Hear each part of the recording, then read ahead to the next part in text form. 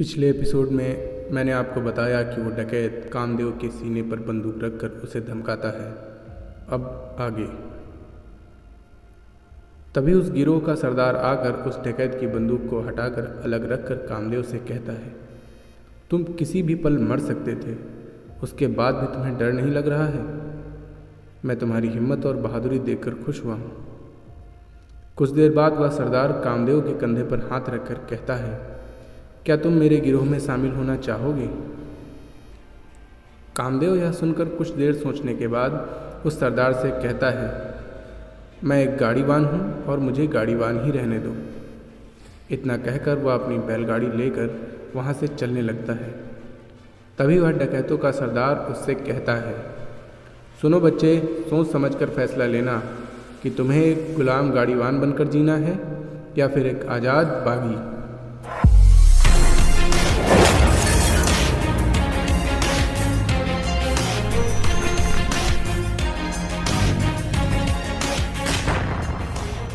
कामदेव उसकी इन बातों को अनसुना करके वहाँ से लौटकर बनिए के घर पर आ जाता है। लेकिन यहाँ तो कुछ और ही होने वाला था। उस बनिए ने इतनी देर से आने के कारण कामदेव को देखते ही जोर जोर से चिल्लाकर गंदी गंदी गालियाँ देना शुरू कर दिया। कामदेव जब तक कुछ समझ पाता, इससे पहले वह बनिया उसे धक्का देकर जमीन पर गिरा देता है। उस बनिए का यह व्यवहार देखकर कामदेव बिल्कुल हक्का बक्का रह जाता है। अरे बाबू साहब, मेरी बात तो सुनो, मुझे डकैतों ने घेर लिया था। लेकिन कामदेव की बातों को अनसुना कर वह उससे कहता है, चुपचाप चला जाए यहाँ से और अपनी शक्ल कभी मत दिखाना। यह सुनकर कामदेव की आंखों में आंसू आ जाते हैं और अपने आंसू पोंछने के बाद कामदेव बनिए से कहता है, याद रखना बाबू साहब, अपमान वो कर्ज है जो मौका मिलने पर इंसान सूद समेत चुकाता है। यह कहकर कामदेव वापस आकर गंगा नदी के तट पर बैठ जाता है। कामदेव मन ही मन सोच रहा था कि मैंने अपनी जान की बाजी लगाकर उसके बैलगाड़ी और सामान की रक्षा की, उसके बाद भी मुझे ही अपमानित किया, जबकि मैं पूरी तरह से निर्दोष हूँ। कुछ देर बाद वह गंगा मैया को प्रणाम करके कहता है, मुझे अपने अपमान का बदला लेना है। यह कहकर वह गंगा दियारा के जंगल की तरफ चलना शुरू कर देता है।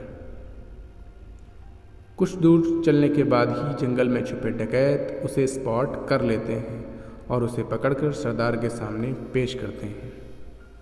सरदार के सामने पहुंचकर वह उसे अपनी आपबीती बताता है। इसे सुनकर वह सरदार कामदेव से कहता है, बच्चे, यह दुनिया ऐसी ही है, ये अमीर लोग हम गरीबों पर ऐसे ही जुल्म करते हैं। यह कहने के बाद वह सरदार आगे बढ़कर कामदेव के हाथ में एक दुनाली बंदूक दे देता है। गैंग में तुम्हारा स्वागत है कामदेव। दोस्तों, कामदेव की ज़िंदगी का यह समय लाइफ चेंजिंग पॉइंट था, टर्निंग पॉइंट था। यहाँ से उसकी ज़िंदगी एक साधारण गाड़ीवान से डकैती की बादशाहत में बदल जाती है। लगभग 1 महीने में ही गोली चलाने से लेकर डकैती के सारे दांव पेच सीखकर वह पूरी तरह से डकैत बन जाता है। कुछ दिनों बाद कामदेव ने फैसला किया कि मैं पहली डकैती उसी बनिया के घर में करूँगा और अपने अपमान का बदला लूँगा। इस पर उस गिरोह का सरदार कामदेव को सावधान करते हुए कहता है, कामदेव, यह तुम्हारी पहली परीक्षा है, ध्यान रखना और मुझे निराश बिल्कुल मत करना। कामदेव सरदार का आशीर्वाद लेकर जय माँ भवानी के जयकारे को लगाते हुए पूरे गिरोह के साथ अपनी पहली डकैती की ओर आगे बढ़ जाता है। उस बनिए के घर के पास पहुंचकर वह सभी को घर घेरने के लिए कहता है और अपनी बदले की भावना के साथ दुनाली कंधे पर रखकर घर के अंदर प्रवेश करता है। ठीक उसी समय वह बनिया अपने पैसों का हिसाब किताब कर रहा था। कामदेव आगे बढ़कर अपनी दुनाली उसकी तरफ तान कर कहता है, बाबू साहब, हम अपने अपमान का बदला लेने आए हैं। और इतना कहने के साथ ही वह 2 गोलियां उस बनिए पर दाग देता है। गोलियों की आवाज़ सुनकर बाकी गिरोह के सदस्य अंदर आ जाते हैं। सामने कामदेव खड़ा था और थोड़ी दूर पर उसी बनिए की खून से सनी लाश पड़ी थी। कामदेव उन्हें आदेश देता है कि यह सारा पैसा और जो भी कुछ घर में मिले सब कुछ उठा लो, कुछ मत छोड़ना। कुछ घंटों के बाद वह सब कुछ लेकर अपने सरदार के सामने पहुंच जाता है और डकैती का सारा सामान और रुपया पैसा सरदार के पैरों में रख देता है। दोस्तों 1953-54 के समय में कामदेव के द्वारा की गई ये पहली हत्या और पहली डकैती थी जो कि पूर्णतया सफल रही थी।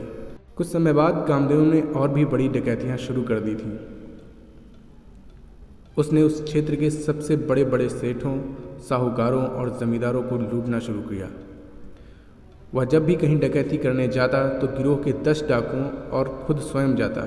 कुल मिलाकर कहें तो वह 11 लोगों का समूह बनाकर किसी भी डकैती को अंजाम देता था।